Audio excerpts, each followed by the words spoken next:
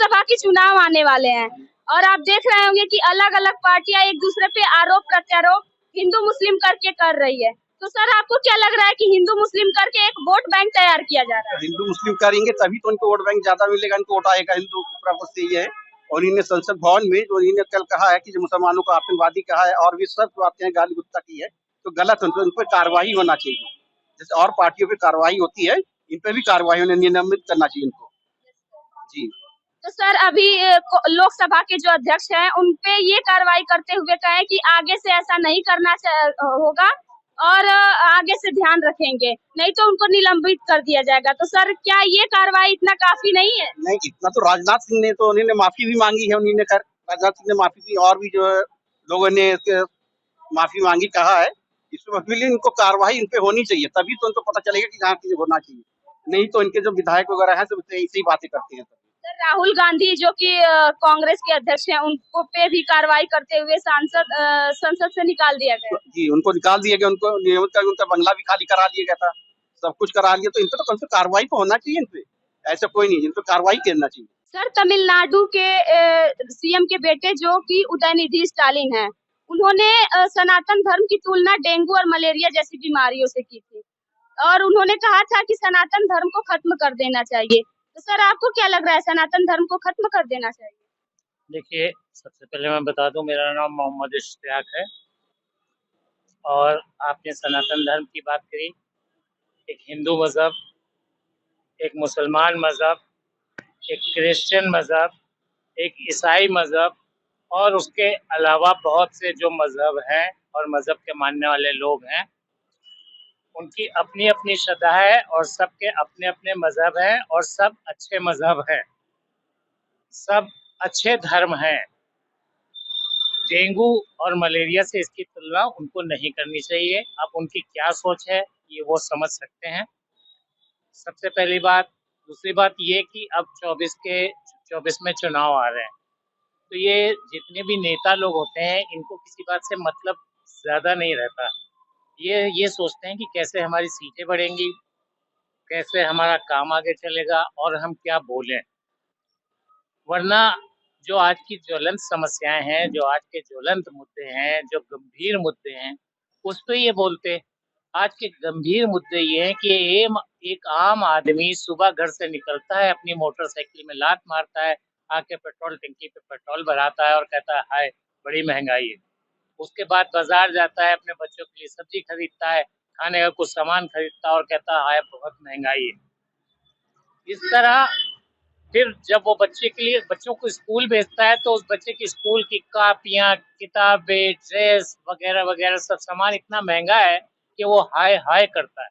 मगर ये मैं एक छोटे नेता से लेकर बड़े नेता तक की बात करना चाहूँगा कि कभी क्या वो इन मुद्दों पे भी बोलते हैं कि महंगाई कैसे कम होगी, हमारी शिक्षा कैसे हमारे बच्चे आगे पढ़ेंगे, आज से 20 साल के बाद हमारे बच्चों का क्या भविष्य होगा, इस पे तो कोई भी नहीं बोलता। तो सर आपको क्या लग रहा है कि राजनीति पार्टियों की एक हिंदू मुस्लिम करके सोची समझी साजिश है और बेरोजगारी, शिक्षा जैसे मामलों से मुद्दों से मतलब हटाया जा रहा है? बिल्कुल, देखिए बिल्कुल ऐसी ही बात है।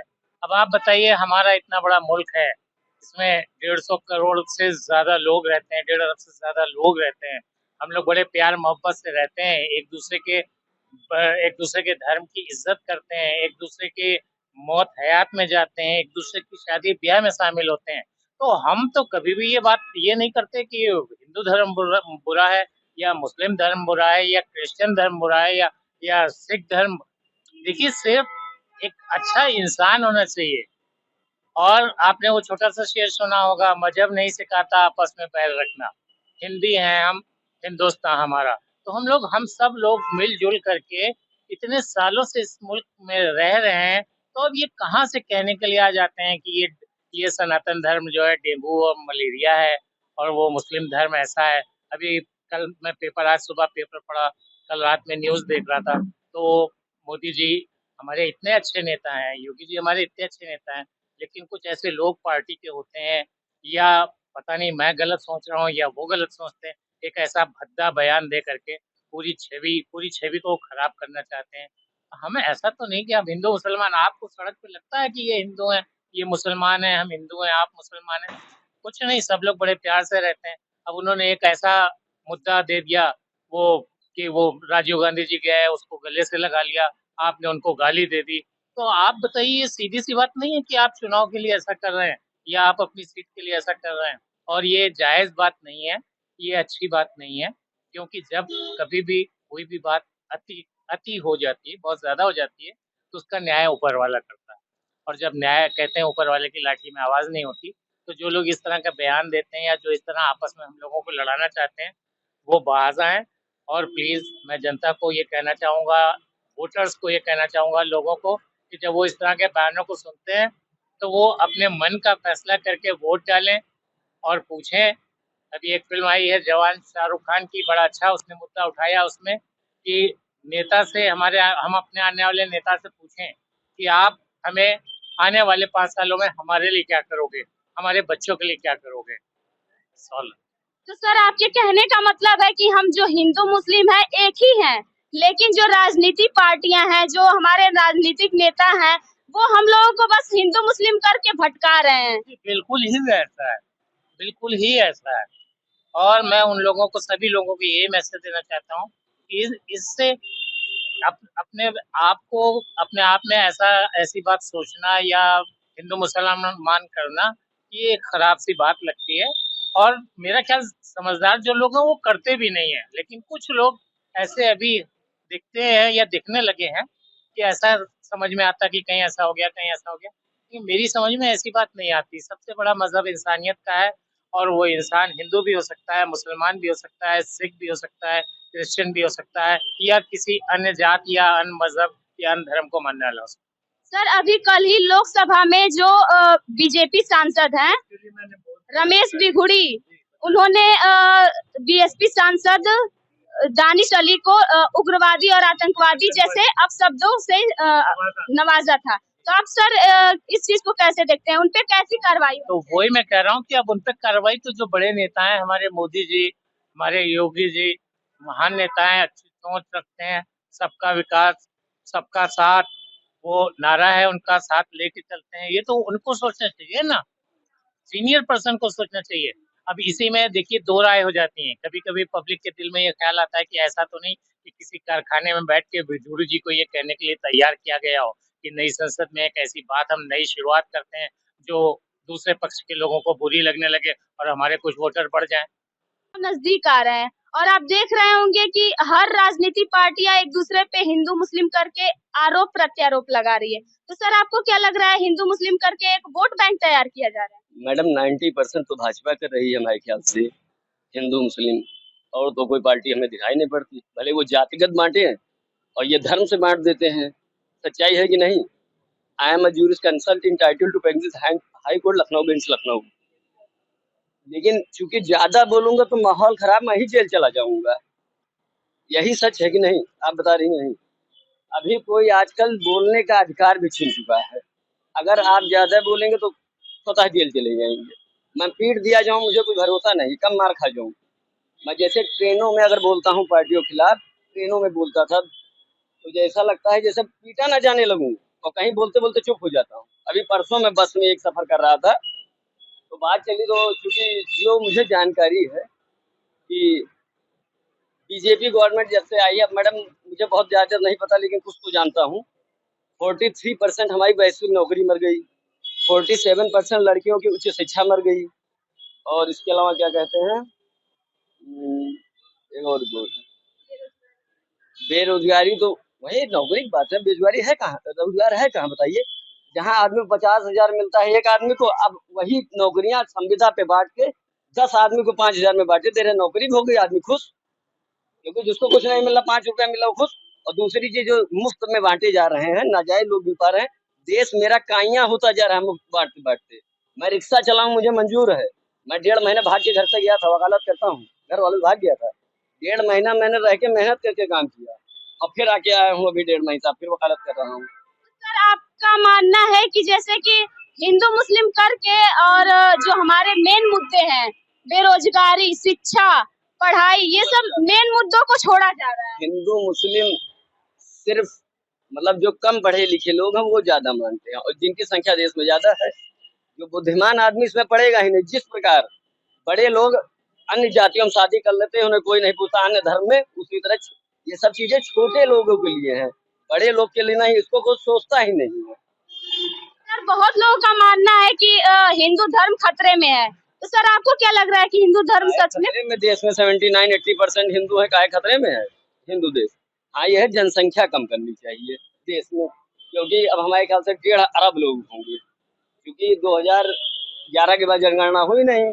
मैं तैयारी करता हूँ, टोटल जनगणना मुझे रटी थी, और चूंकि उसके बाद हुआ ना 21, और जो लड़कियों का आजकल क्या दे रहे हैं आरक्षण, 2029 में लागू होगा महिला आरक्षण, 2029 में होगा ना, तो अभी का कोपला उसका बताइए, क्यों अभी से लोगों का माइंड डाइवर्ट करने के लिए? यही तो है सच्चाई, कौन नहीं जानना। अब क्योंकि भाई मुझे, अगर मैं ये आए न्यूज में, तो मुझे सपोर्ट दे गवर्नमेंट, मैं बोल खोल के भले रहा हूँ, लेकिन मुझे गवर्नमेंट से सपोर्ट चाहिए, वरना मैं कब पीट दिया मुझे कोई भरोसा नहीं है। अब कौन पीटे तो क्या बताए किसको। तो सर आपको लग रहा है कि जो बीजेपी पार्टी है उसकी सोची समझी साजिश है महिला आरक्षण बिल लाकर? मैडम ये सब बहुत नहीं बता सकता हूँ क्या है क्या नहीं, लेकिन इसकी जरूरत नहीं थी अभी। और दूसरी चीज, लड़कियों को इतना ज्यादा बढ़ाया दिया जा रहा है, आप स्वयं है लड़की, कि पुरुष पुरुष ही दबते चले जा रहे हैं, है कि नहीं सच? पुरुष ही अब डर के हम लोग रहते हैं भाई, डर लगता है हमें, सच है यही। सर अगर डर लगता है तो रेप और ये सब मामले कहाँ से आ रहे हैं? Madam according to 2017 NCRB report, Chhattisgarh 639 cases लॉन्च डाउरी, और 627 केसेस खराब, मतलब क्वैश हो गए। अब बताइए, अब ये तो मैंने एक राज्य का बताया, और लीजिए। सर हर घंटे 4 रेप होते हैं लड़कियों के भारत में, तो सर आप इस चीज को और रेप होते हैं ना, भारत आपका अग्रणी दूसरा देश है जहाँ पुरुष अपनी महिलाओं से मार खाता है, अपनी पत्नियों से। WHO की रिपोर्ट है, ये महिला थाने, मैंने हजरतगंज में बात कही थी दरोगा सिपाही से, मैंने ये बात कही थी, आज करीब 6 महीना हो गया, 6-7 साल भर हो रहा है, एक क्लाइंट को अपने ले गया था। अब इसका कोई प्रमाण थोड़ा है, बताया तो मैंने। तो सर आपको लग रहा है कि ये जो महिलाओं को आगे लाया जा रहा है पुरुषों से, ये बुलाना कोई बुरा नहीं, मैं नहीं कहता बुलाना बुरा नहीं, हमारी माँ बहन भी तो है महिला, मेरी माता भी है, मेरी बहनें हैं 3, अध्यापक हैं 3, नौकरी की मेहनत की पाई तब तो नौकरी। तो ऐसे थोड़ा कि आप करते जाइए और फ्री बांटते जाइए, अरे जो मेहनत करे उसको मिलना चाहिए, कि फ्री बांट बांट के देश को कहीं बना दोगे आप? यही तो है, अकर्मी हो जाएगा मेरा देश फ्री बढ़ते बढ़ते। अब मेरे पास प्रमाण नहीं, लोग लोग कहते हैं कि सब जैसे बड़े लोग पाते हैं उसे भारत से भेज देते हैं, गेहूं चावल मोटा सब। तमिलनाडु के सीएम के बेटे उदयनिधि स्टालिन हैं, उन्होंने हिंदू धर्म की तुलना अ, डेंगू और मलेरिया जैसी बीमारियों से की थी, और उन्होंने कहा था कि सनातन धर्म को खत्म कर देना चाहिए। तो आपको क्या लग रहा है, सच में सनातन धर्म को खत्म कर देना चाहिए? देखिए, इनको कोई अधिकार नहीं है कि या इनकी सोच जो है सनातन धर्म को खत्म कर देने, ऐसा गलत है। सनातन धर्म आज से कई 100 साल पहले से चला आ रहा है, और ये खत्म करना इनके अधिकार नहीं है। जो चल रहा है उसको चलने दो, आपको क्या परेशानी है? आप उसको डेंगू मलेरिया बोल रहे हो, गलत बात है। सनातन धर्म हमारा आज से नहीं है, इनके दादा बाबा पर दादा के भी होगा, उनको भी नहीं पता होगा सनातन धर्म कब से आ रहा है। तो सनातन धर्म ना कभी खत्म कर पाएगा कोई, और ना ही ये इसको इसके विरोध में कोई साथ में आएगा। और हिंदू धर्म तो चलता रहेगा, इसमें कोई कुछ नहीं कर सकता है कि हिंदू धर्म को खत्म कर दे। हिंदू धर्म आजीवन रहेगा, कभी खत्म नहीं होगा, कोई भी धर्म कभी खत्म नहीं होगा। बस ये कुछ राजनीतिक पार्टियां हैं जो जात और धर्म की राजनीति करके उसको खत्म करना चाहती हैं, लेकिन उनकी मंशा पूरी नहीं होगी कभी भी। ना हिंदू धर्म खत्म होगा, ना कभी सनातन धर्म खत्म होगा। सर बहुत लोगों का मानना है कि हिंदू धर्म खतरे में है, तो आपको क्या लग रहा है कि सच में हिंदू धर्म खतरे में है? बिल्कुल नहीं होगा, हिंदू धर्म कभी खतरे में नहीं होगा, चाहे लाख जितनी कोशिश कर ले, चाहे मोदी जी रहे चाहे ना रहे, मोदी के ना रहने के बाद भी कभी हिंदू धर्म का खतरे में नहीं होगा। ये कभी हो ही नहीं सकता है कि हिंदुस्तान में कभी हिंदू धर्म खतरे में हो। हिंदू हमेशा आजीवन रहेगा, जब तक चला आ रहा प्राचीन काल से हिंदू रहेगा तो रहेगा, कभी खत्म नहीं होगा हिंदू धर्म। सर आपके कहने भ्रांतियां फैलाई जा रही है कि हिंदू धर्म खत्म हो जाएगा, ये वो सिर्फ वोट पाने चक्कर में ऐसी भ्रांतियां फैलाई जा रही जनता के बीच में। सर जैसे कि हिंदू धर्म और मुस्लिम धर्म करके मतलब एक राजनीति पार्टियां मतलब रोटियां सेक रहे हैं। रोटियां सेक रही हैं, ये गलत है। हर धर्म का अपना अपना एक अधिकार है, और इसको कभी खत्म नहीं कर पाएंगे। हिंदू भी अपनी जगह ठीक है, मुसलमान भी अपनी जगह सही है, इन लोगों को आप खत्म नहीं कर पाएंगे। जैसे चल रहा वैसे चलेगा, चाहे जितना लोग चिल्लाते रहे, चाहे विपक्षी पार्टी चाहे सत्ता पार्टी जो भी चिल्लाती रहे, कुछ नहीं हो पाएगा। जो चल रहा है ऐसे हजारों वर्ष ऐसे ही चलता रहेगा, चाहे हमारे ना रहने पे लोग देख भी लेंगे, कभी ये खत्म नहीं होगा। ना हिंदू मुसलमान कभी नहीं खत्म होगा। हमारे देश तो प्यार करता है, हर धर्म के लोगों को प्यार करता है। ऐसा कभी नहीं है कि हमारे हर देश से हिंदू खत्म हो जाएगा, मुसलमान खत्म हो जाएगा, सिख खत्म हो जाएगा, ऐसा कभी नहीं होगा। हमारा ही ऐसा देश है पूरी दुनिया में जो सब धर्मों को इज्जत करता है, सम्मान करता है। और यही सर हमारे देश की खूबसूरती भी है कि वर्ल्ड में मशहूर है हमारा देश, इंडिया पूरे वर्ल्ड में मशहूर है कि भारत के लोग सारे धर्म को मानने वाले हैं और सब लोगों को एक साथ लेके चलते हैं, चाहे हिंदू हो, चाहे मुसलमान हो, चाहे सिख हो, चाहे ईसाई हो, सब धर्मों को लेके चलते हैं। कभी ऐसा कभी नहीं अलग होगा ये। चुनाव आ रहे हैं और आप अभी देख रहे होंगे कि हर राजनीति पार्टियां एक दूसरे पे आरोप प्रत्यारोप लगा रही है और हिंदू मुस्लिम के मामले बढ़ रहे हैं। तो आपको क्या लग रहा है सर, हिंदू मुस्लिम करके एक वोट बैंक तैयार किया जा रहा है? ये तो है ही मैम, हिंदू मुस्लिम करके जो वोट बैंक किया जा रहा है, सही बात है मैम। सर अभी कल लोकसभा के सांसद रमेश बिगुड़ी जो कि बीजेपी के सांसद है, उन्होंने बीएसपी सांसद दानिश अली को आतंकवादी और उग्रवादी, जो कि वो एक मुस्लिम है, बीएसपी सांसद उनको उग्रवादी और आतंकवादी जैसे शब्दों से पुकारा था। तो सर आप को क्या लग रहा है, उन पे कैसी कार्रवाई होनी चाहिए? कार्रवाई होनी चाहिए मैम, होनी चाहिए कार्रवाई। सर क्या उनको भी राहुल गांधी जैसे लोकसभा से निलंबित कर देना चाहिए? जी बिल्कुल निलंबित करना चाहिए।